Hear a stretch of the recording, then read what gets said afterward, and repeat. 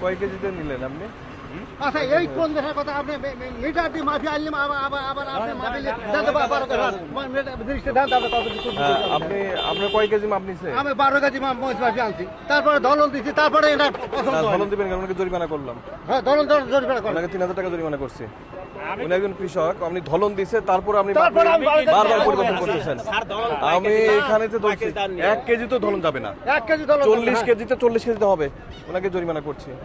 ওনা ব্যাপারে আমার বেলাবার জায়গা করতে আপনি থাকবেন এখানে। ব্যাপারী কে উনি? ব্যাপারী উনি? 12 কেজি 100 কে এই 250 আমি আপনাকে জরিমানা করছি। আমি এতক্ষণ ধরে সব শুনছি। আসেন, জরিমানা পরিশোধ করবেন। আসেন, আসেন, এখানে আসেন।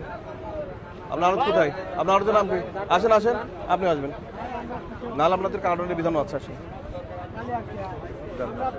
আপনারা ধলন নিচ্ছেন, আপনাদের বারবার বলা হয়েছে, ইউনো মহোদয় পর্যন্ত বলে দিচ্ছে ধলন নেওয়া যাবে না, তারপর আমরা ধলন নিয়ে যাচ্ছেন বারবার বলার পরেও।